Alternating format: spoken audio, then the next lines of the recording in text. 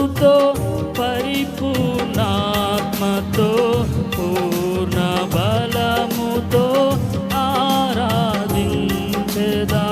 పూర్ణ మనసుతో పరిపూర్ణాత్మతో పూర్ణ బలముతో ఆరాధించెదా.